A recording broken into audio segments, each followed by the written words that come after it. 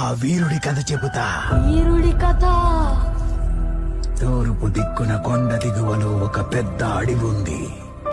స్వచ్ఛమైన మనసెరిగిన ఆదివాసీల బలగంతో పచ్చదనం నిండిన గంధపు నేలది. ఉన్నట్టుండి ఆ అడవిలో నిప్పుల వర్షం కురిసింది. పెద్ద మంట చెలరేగి గట్టిగా అరిచింది. ఆ పెద్ద అడవి మాడి మసైపోయింది.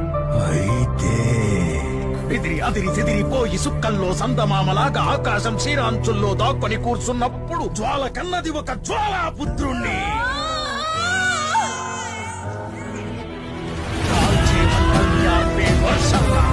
మృత్యువు